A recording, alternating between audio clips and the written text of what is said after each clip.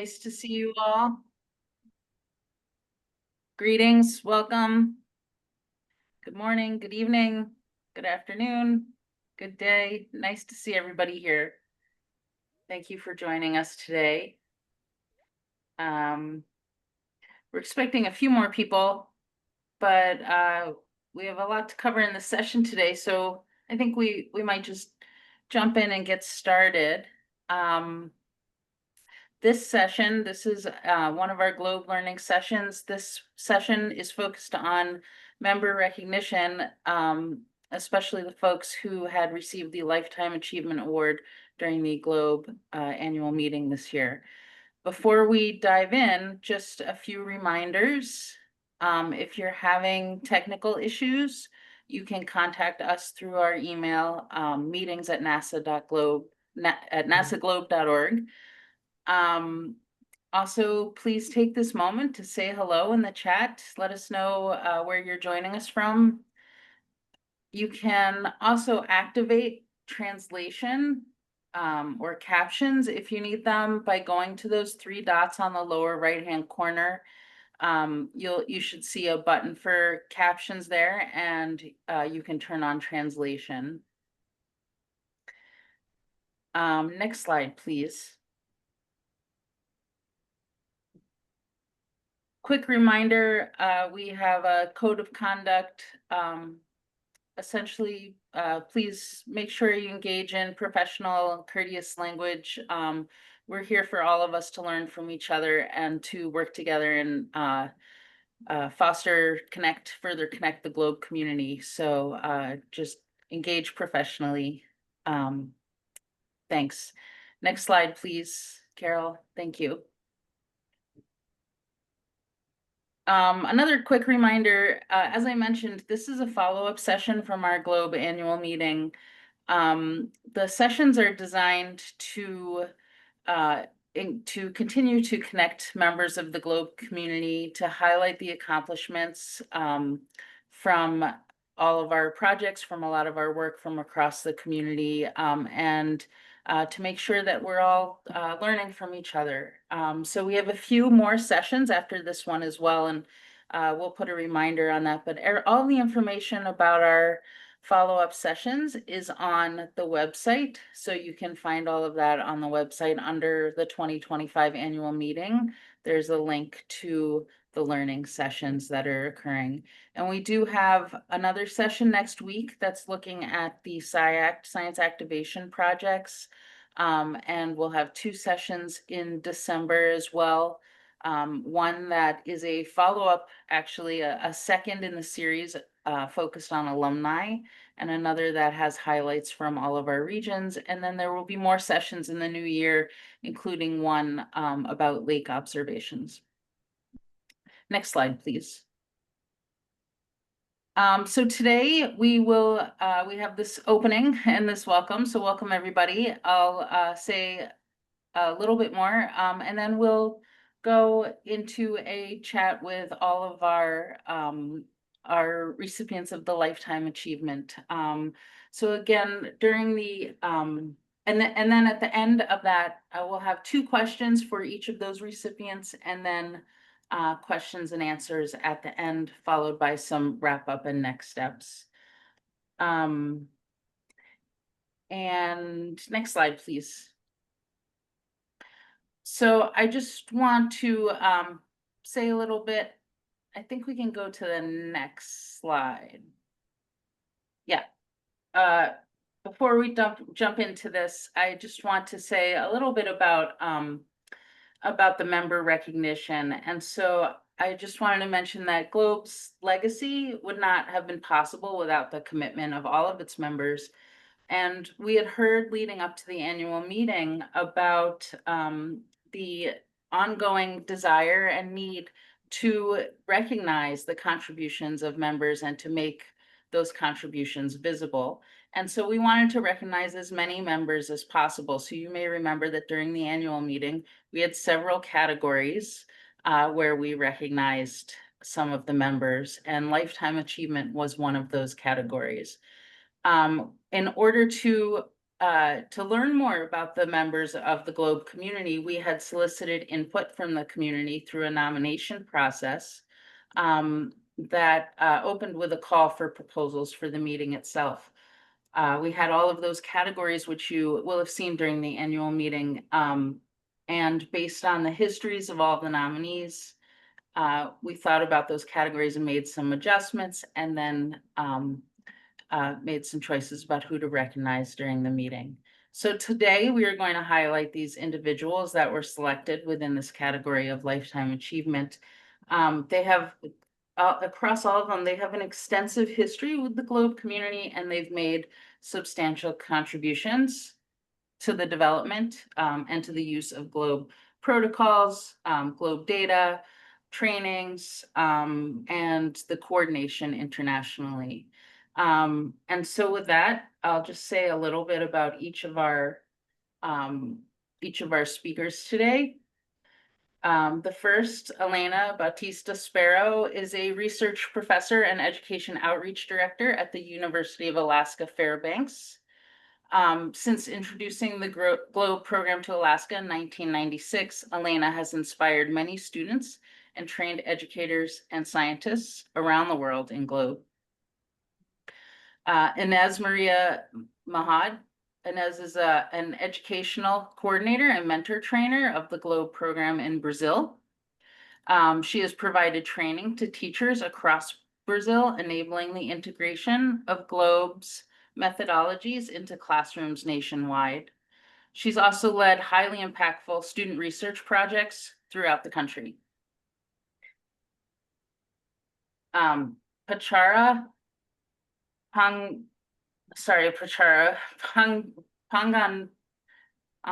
is a Globe educator from Thailand. Her longstanding commitment to environmental education and student engagement has inspired students to conduct research and participate in international Globe events, strengthening the Globe program across the Asia-Pacific region. Diana Garasic is the deputy coordinator for Globe Croatia and has been involved with the Globe program since 1995.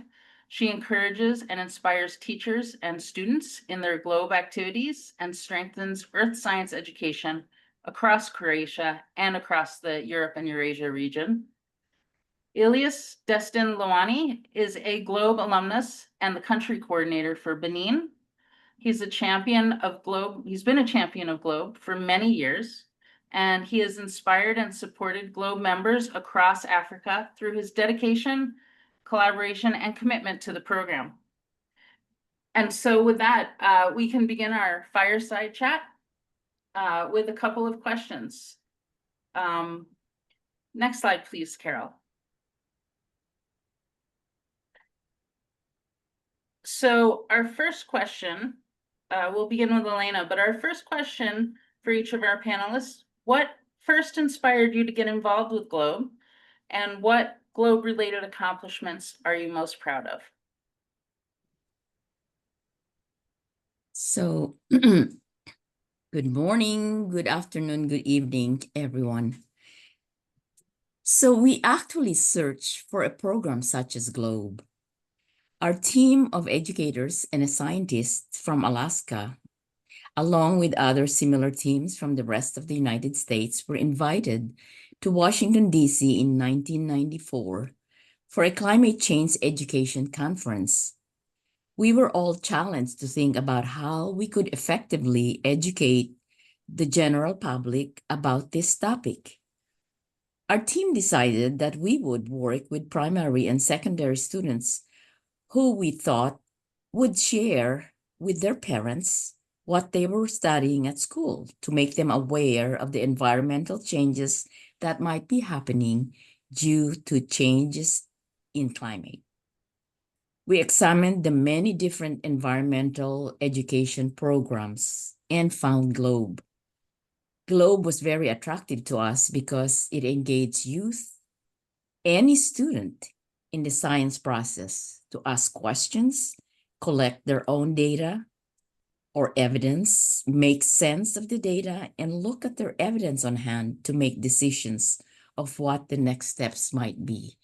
So we were really excited about how anyone, any student, not just a few elite ones, can be engaged in this process of science and in this community of Globe. Do I answer the next one too, Jackie? No, just the first one for now. Okay. Yeah, thank you, So Elena. that's it. Thanks.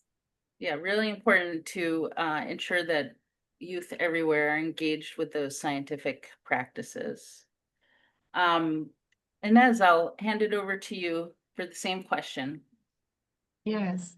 Hello, everyone. It's a great pleasure and honor to be here celebrating the GLOBE program and our fellow friends. As mentioned before, I'm Ines Mauad from Brazil, more precisely from Rio de Janeiro, a city famous for its very hot summers.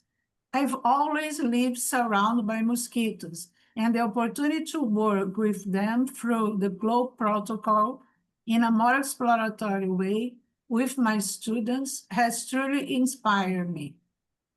What makes me very proud is having brought the GLOBE to so many parts of Brazil, from the Amazon to the countrysides of different stations, and witnessing meaningful research such as our National Olympics and Science Fair. And also we were the first country in the world to launch Global Reservoir Mosquito Habitat Mapper. It was a real success like you see now. Thank you. Thank you so much, Ines. Wonderful to hear about the use of GLOBE across Brazil. Thank you. Next, Patchara, same question. First of all, thank you for having me here, sharing my experience with GLOBE. My inspiration to join the GLOBE program really came from my background as a science teacher who loved nature and environment. When I first learned about GLOBE, I thought it was a great way to make science real for students. It's not just about learning in classroom. It's about getting outside, collecting data, and applying science to real life. That helps students understand, care about, and take action on local environmental issues. And what I really liked was that we are not doing this alone. There is support from GLOBE scientists and the community, which gave me confidence to join. And the achievement I am most proud of is seeing how much my students grow through GLOBE. They become more responsible, more confident, and better at working with others. They enjoy the activities and feel proud of helping their environment.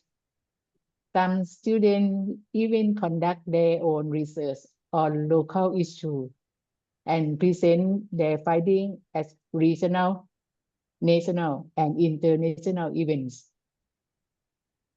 What's even more inspiring is how older students become role models for younger ones. They share their knowledge and encourage others to join. Every year, more students get involved and more research projects are created. These keep the GLOBE program strong and sustainable in our school, and it motivates me as a teacher to keep supporting them. Thank you. Thank you. So interesting to hear about those connections between the older students and the younger students as well. Thank you, Patchara. Diana, I'll hand it over to you. Thank you.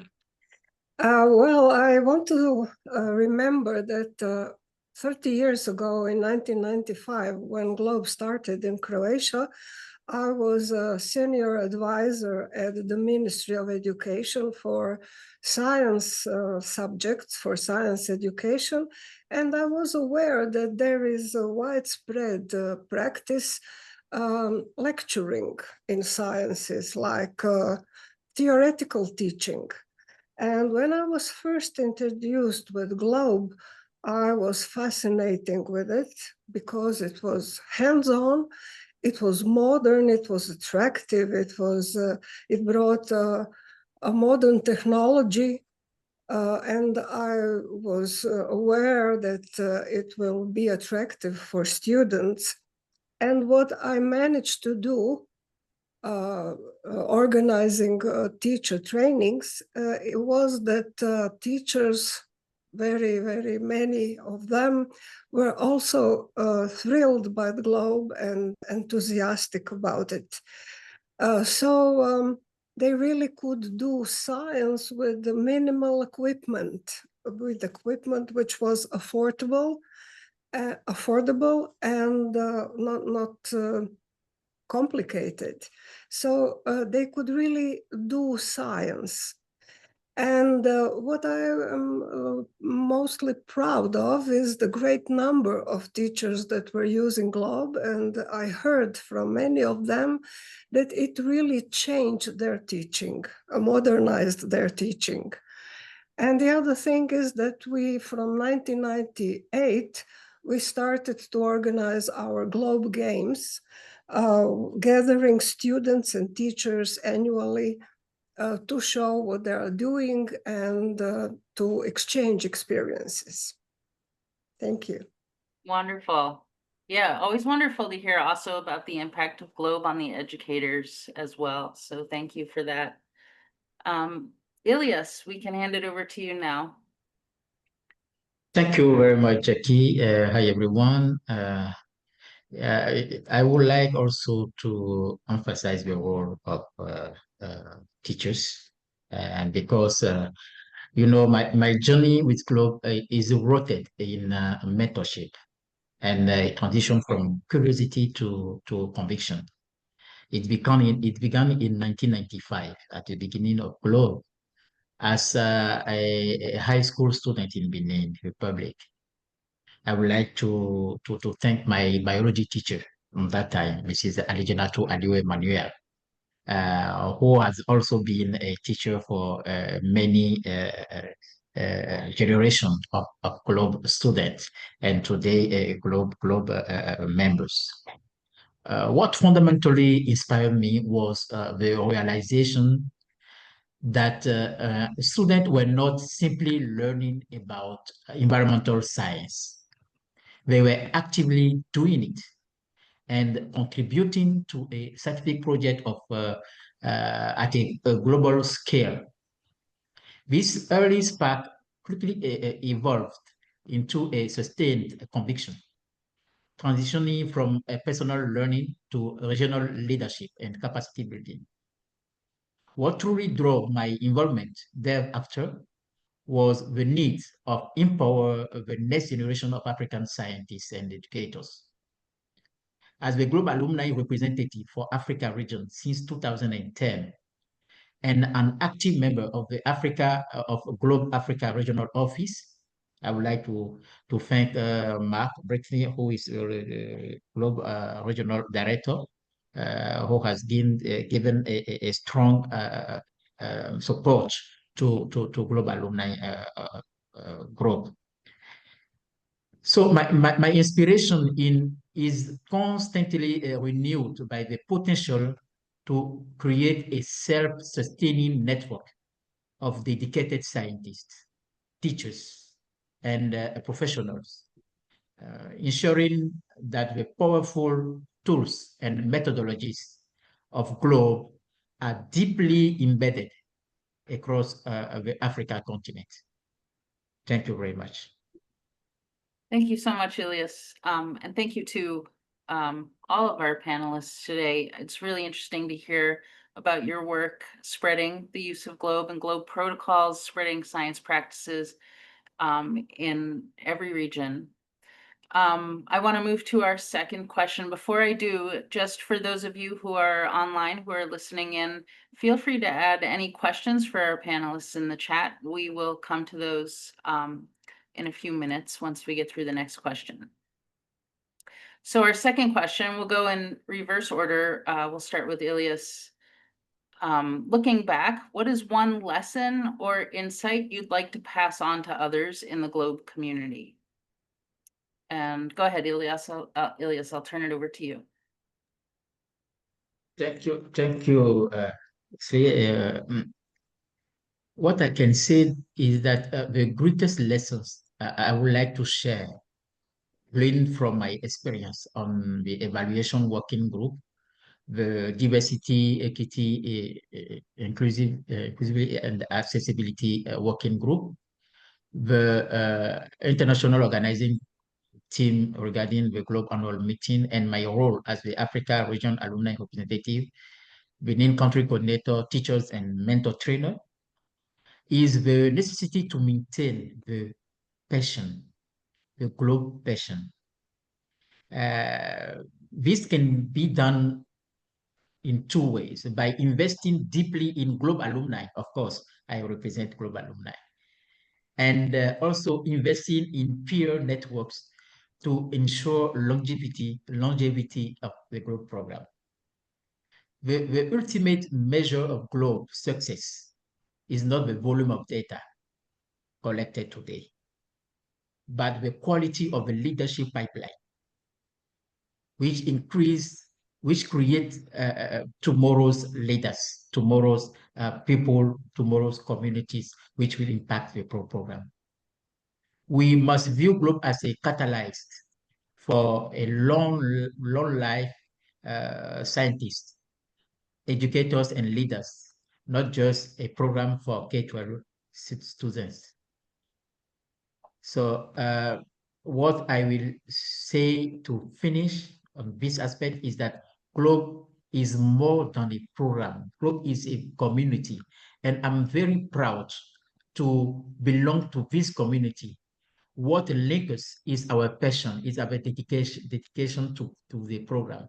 And I think that is like something which is blowing in our blood, which is flowing in our blood, sorry. So that's what I can say. Thank you very much. Thank you, Ylliass. So inspiring. So wonderful to hear. And what a great reminder. Is Diana still there? We can pass it over to you, Diana.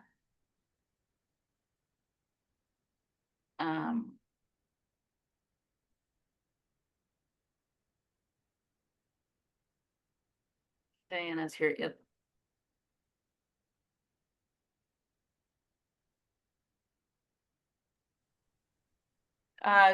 We'll come back to Diana. Patchara, I can turn it over to you for the same question. What is one lesson or insight you'd like to pass on to others in the Globe community? One insight I would love to share with other teachers and Globe community is just how powerful these activities can be for students. When they take part in Globe, they are excited, curious, and truly happy. Many students are amused by things they never seen before. It's a real sign, real data, and real danger. And for students from local area, they feel proud to share what they know with their classmates. That exchange builds confidence and connection. Through these activities, students learn more about their own environment. They begin to care about it, protect it, and even solve local problems. That is kind of learning that lasts. But the truth is, many students still don't have access to these opportunities. So I would like to encourage all of us, let's open the door for more students to join. And for anyone who hasn't started yet, my advice is simple. Start small and make it easy. One, begin with a basic data collection using Globe protocols. One student build confidence, guide them to explore local issues and do small research projects. When they succeed, they feel proud. And that pride keeps them going.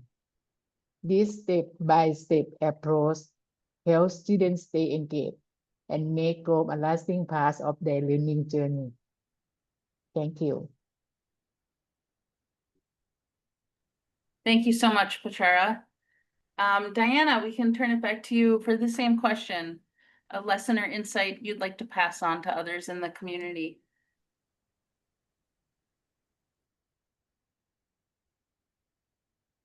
You are muted. We can. Diana, you're muted.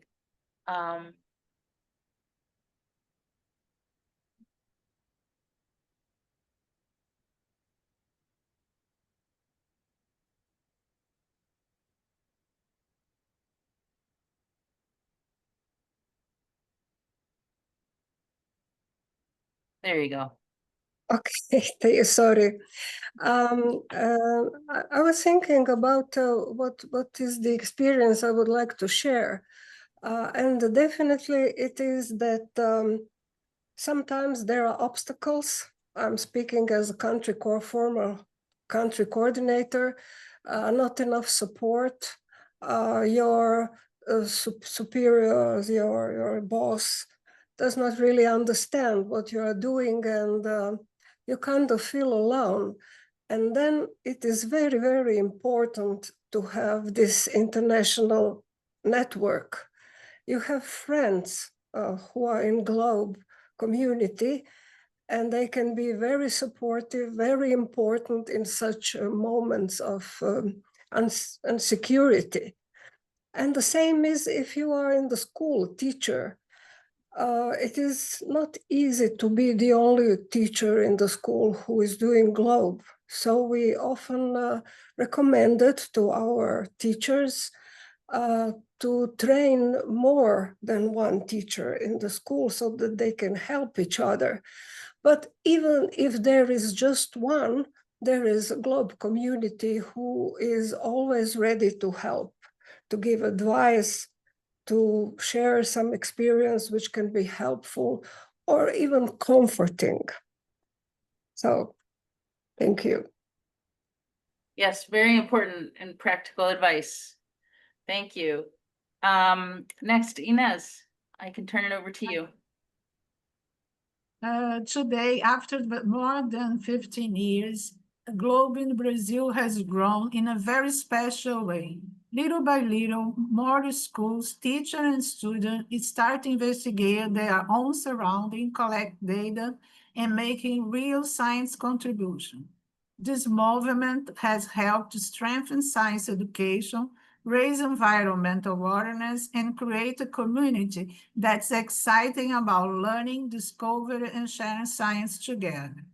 So I want to share that citizen science, something truly democratic, inclusive, and affordable, and open to anyone who is curious and willing to learn and share knowledge and science. Thank you very much. Thank you so much. Elena, same question. Yes, I've learned that we need to center our work on the needs and priorities of the communities, audiences that we work with.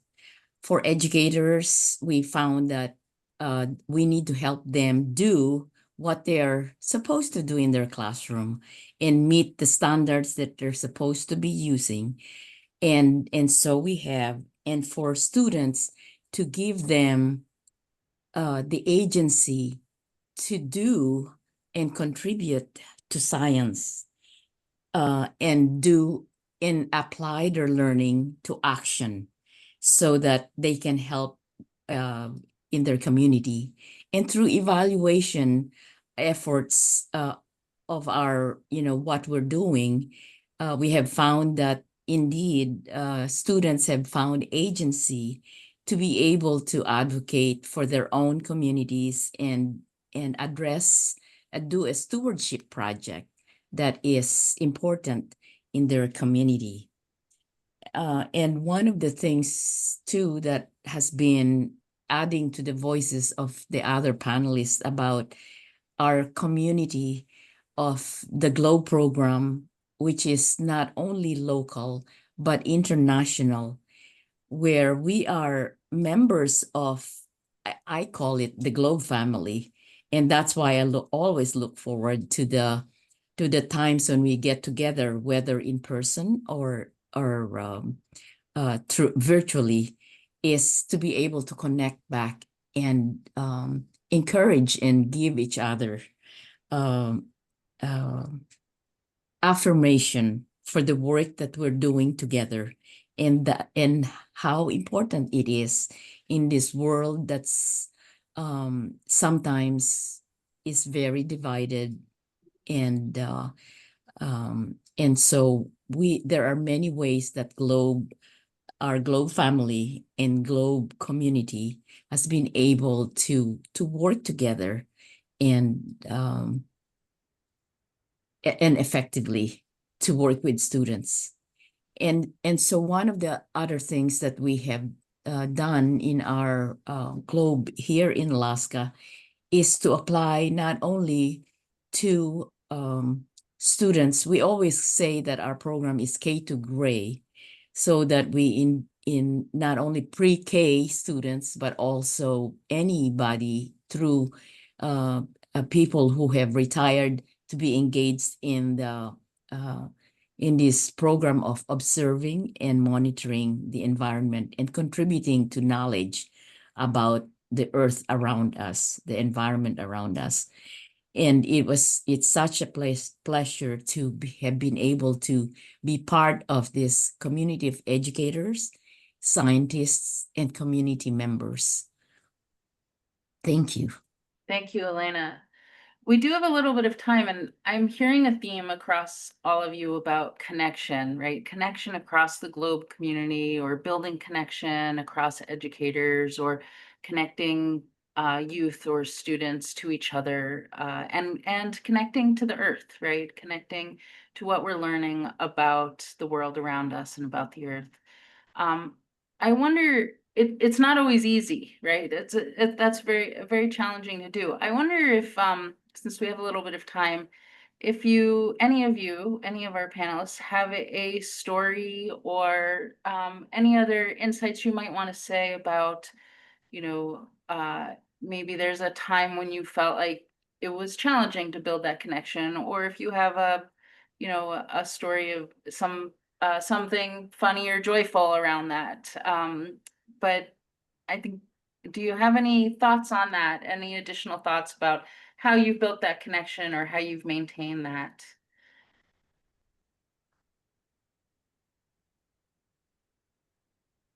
We can start anywhere with any of you with any additional insights to share.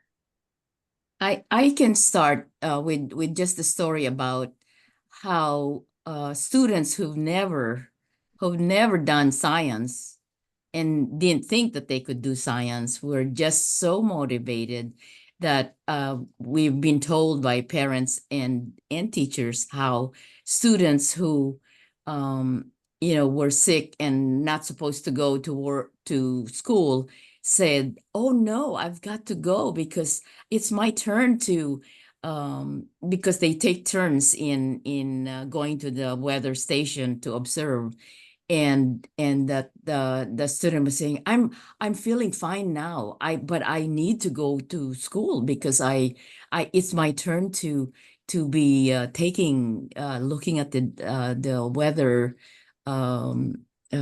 thermometer.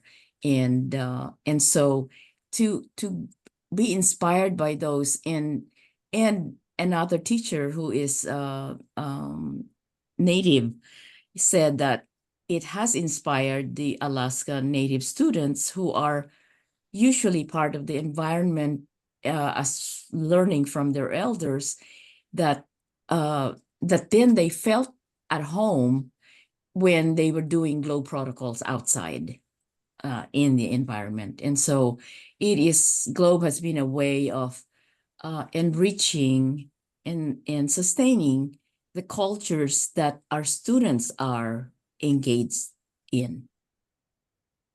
Wonderful. And that sense of ownership, right? A couple of you have commented on that sense of ownership for students, or that sense of commitment also that we're building in the students. Really important reminder. Thank you. Anyone else have a story you want to share?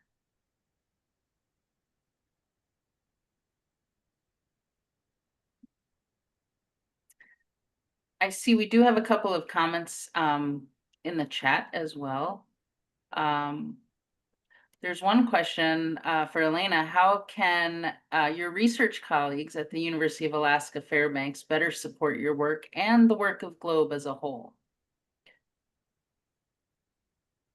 You know, at first, when I started the GLOBE program in Alaska, it was kind of lonely because people were not aware of the program, and also we didn't have funding to be able to engage more scientists.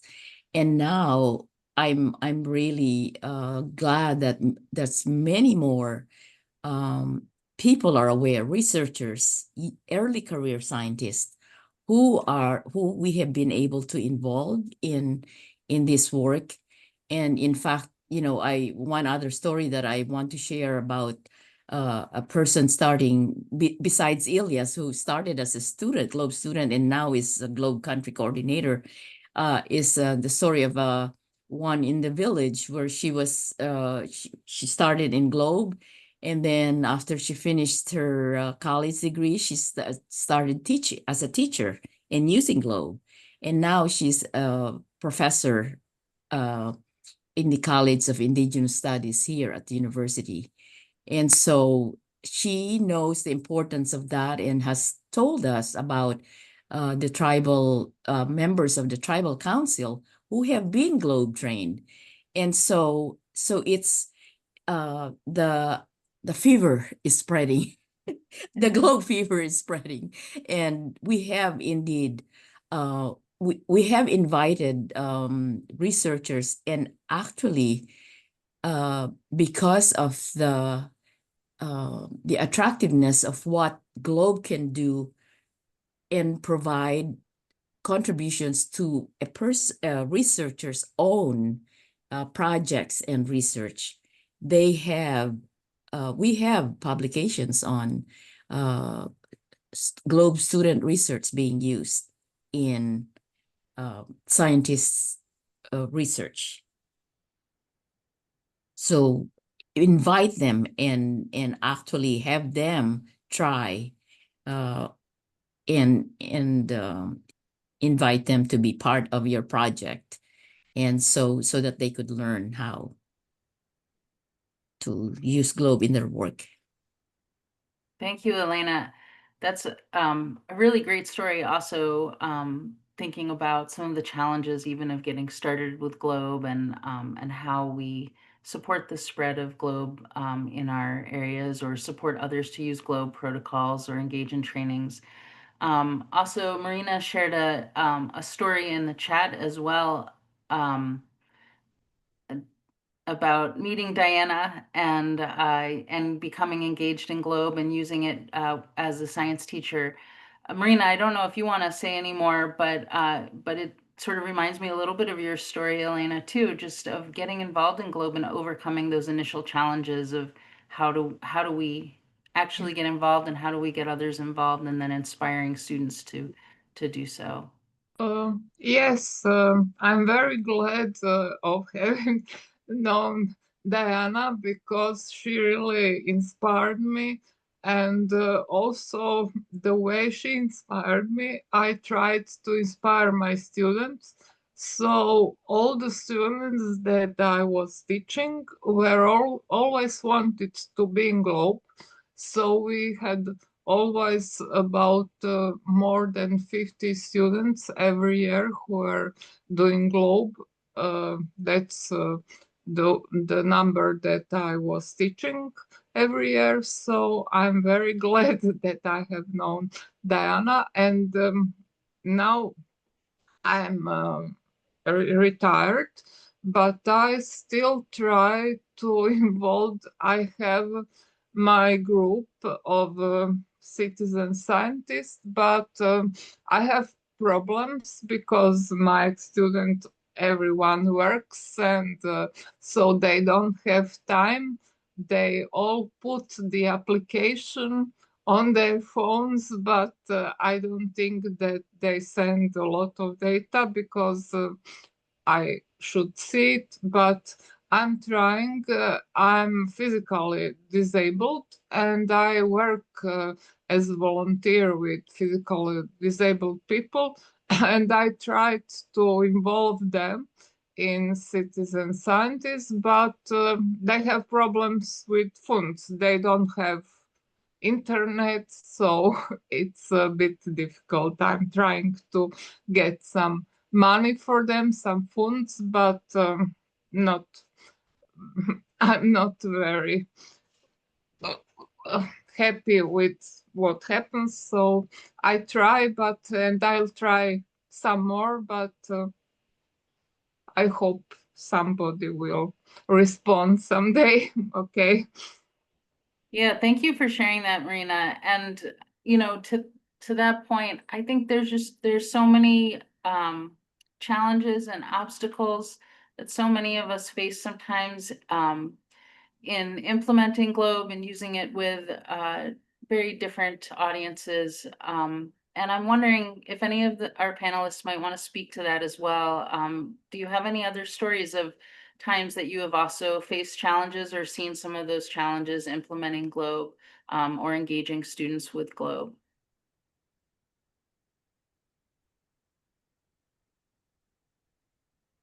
Ylliass, you spoke earlier about commitment and dedication, and I wonder if you could say a little bit about how you continue that. How do you keep that going in the face of, you know, challenges like what Marina spoke about or other challenges that we've heard about?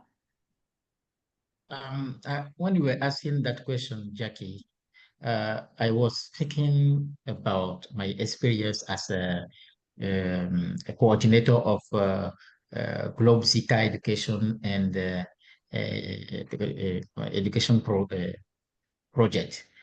Okay, this project was had been developed.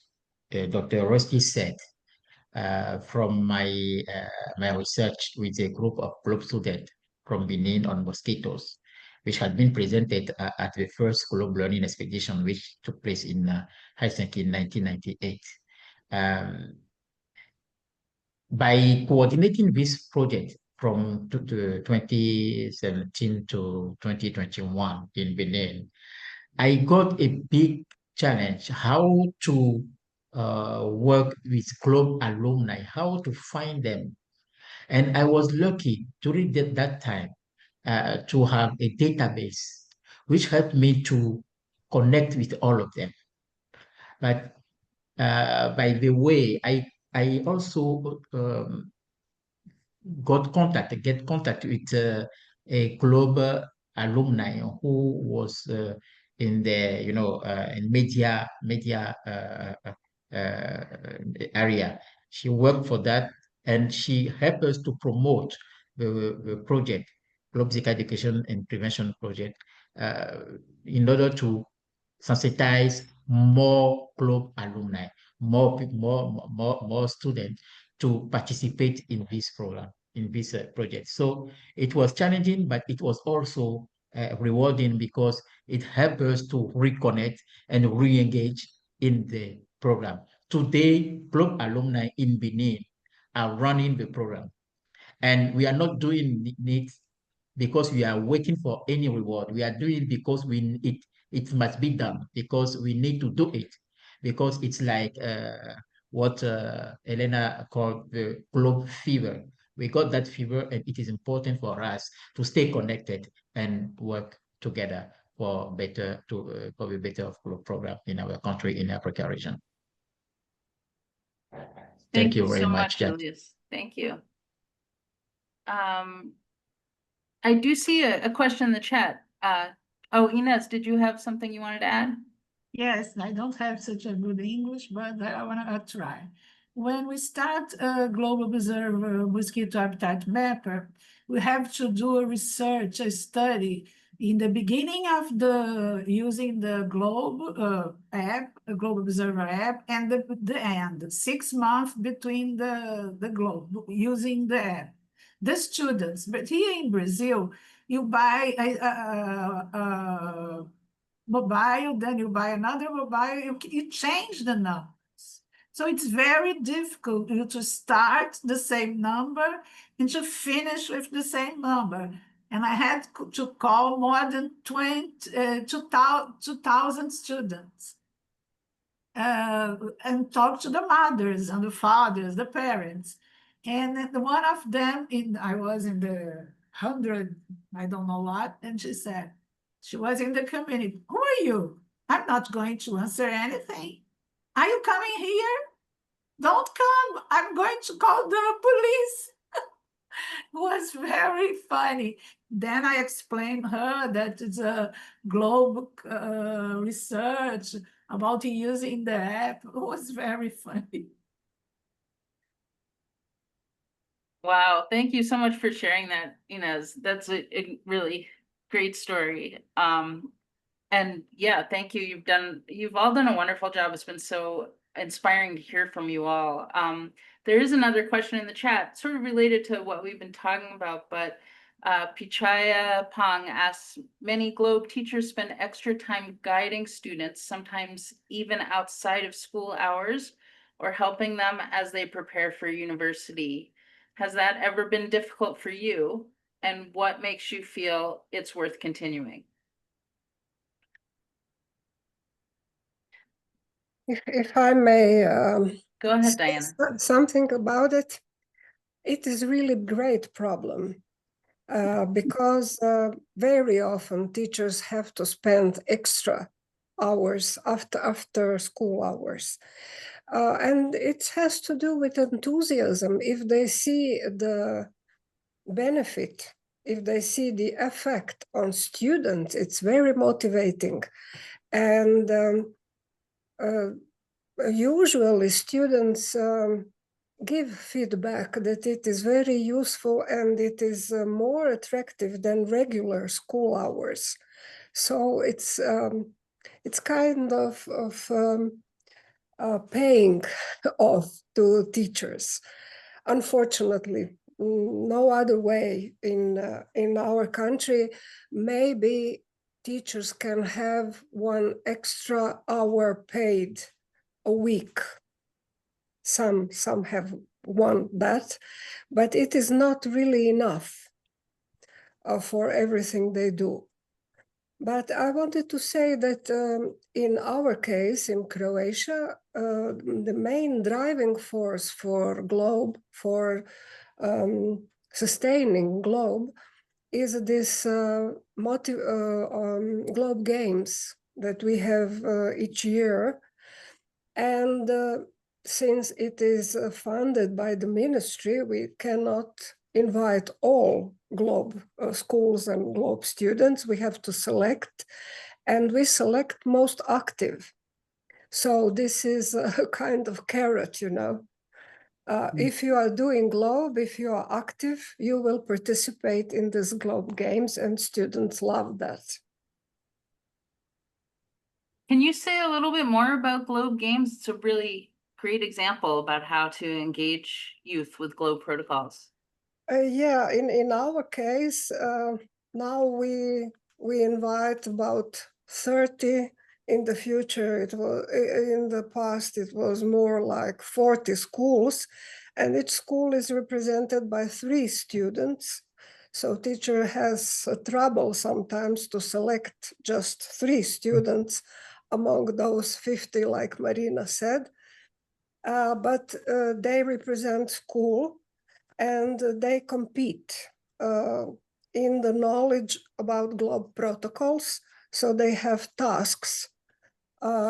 Usually, if the weather is good, we organized it outside. So it is like a survey. Students in teams of 3 have to find sites where they have a map, and they have to make a survey, find the site, and there are the tasks that they have to fulfill. And the time is measured, and the correct answers are measured. So there are winners, 1st, 2nd, and 3rd place. And students are very motivated about it. But it is also fun. It is not just competing. It is also fun because they are competing in teams. It is teamwork, and it has to do also with the physical, how quickly they can move and so. But the other part of this games is a science fair. So students prepare research projects based on GLOBE, and so they present their projects, and there is judges who are scientists and teachers, and they also select the most successful projects. So it's a combination of these elements, and as I say, it is very motivating for schools and teachers and students mostly, because they also have some fun time. They meet each other. They across the country. You know, we are not a big country, but nevertheless, maybe they don't otherwise have a chance to meet students from the other parts. Yeah, and what a great way of engaging students in GLOBE, you know, including the science fair, which I think, you know, most of us have an experience, you know, through the IVSS and a number of things, but what a great way to engage kids beyond those science projects as well and engage them with GLOBE. So thank you for sharing that. Thank you. I do see another question in the chat also about GLOBE alumni. This question is directed to Ylliass.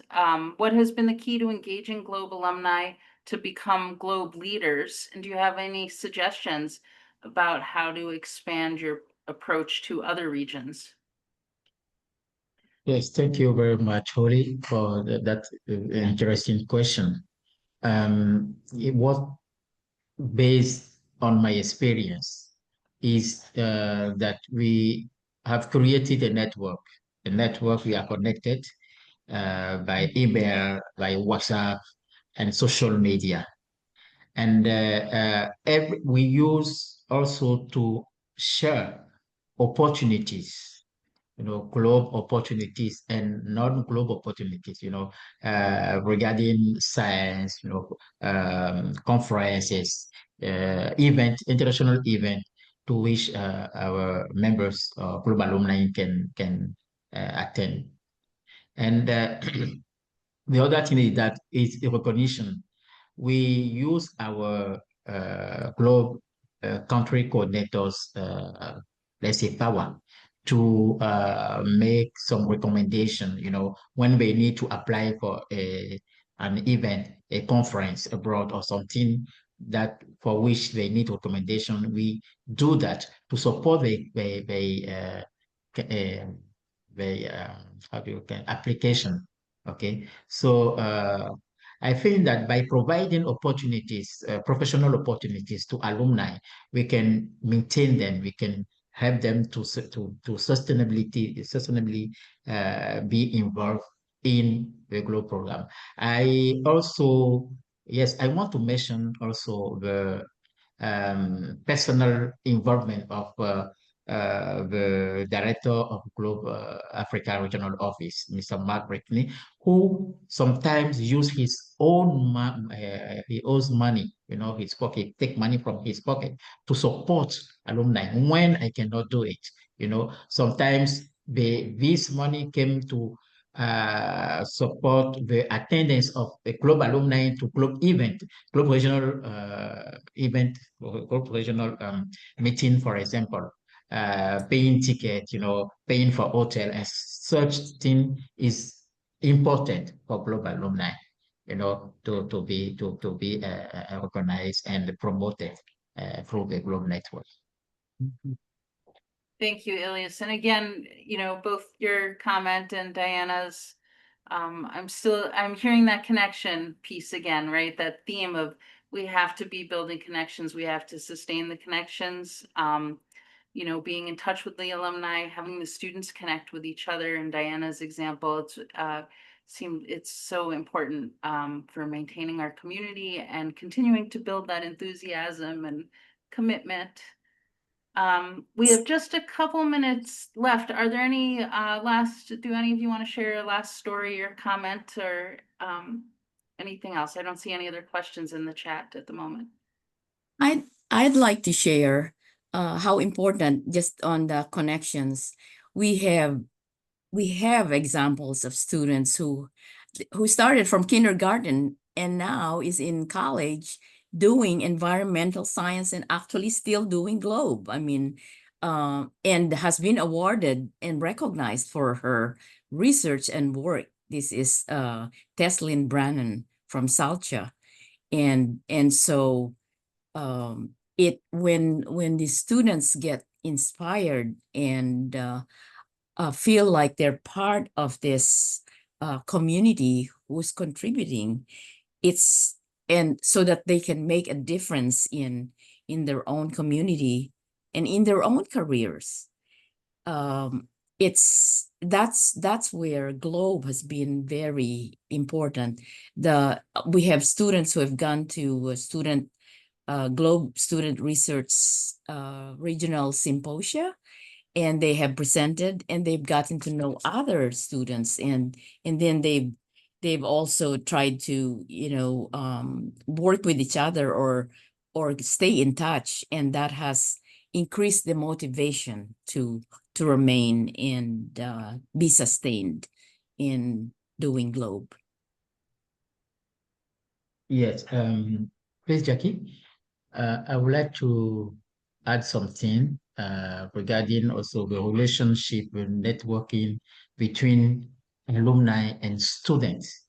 I was talking about the global Zika project, but what I want to emphasize is that in Benin, after this project was closed, Benin had been evaluated by the project officers as the second most contributors of data regarding this project, and the data which was in the database had been used by Globe students in 2020 to work to write a report which had been submitted to Globe IVSS 2020. And they won the Zika Award for the African region and were able to present their research at the Globe 2020 annual virtual meeting. This is an example of a connection and a relationship which has been promoted between alumni and Globe student.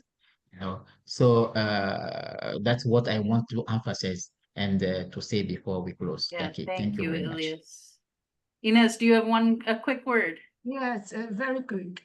I want to invite you to follow us in the first Global Olympic Games in Natal, in northwest of Brazil. We are going to have 50 schools that are going to do like a GLEE, the Globe Expedition. It's going to be very, very good. I'm very Fantastic. excited to be part of that. Amazing. That sounds great. Thank you, Ines. Thank you all. It's very inspiring to hear your stories. I'm so glad to have you all here.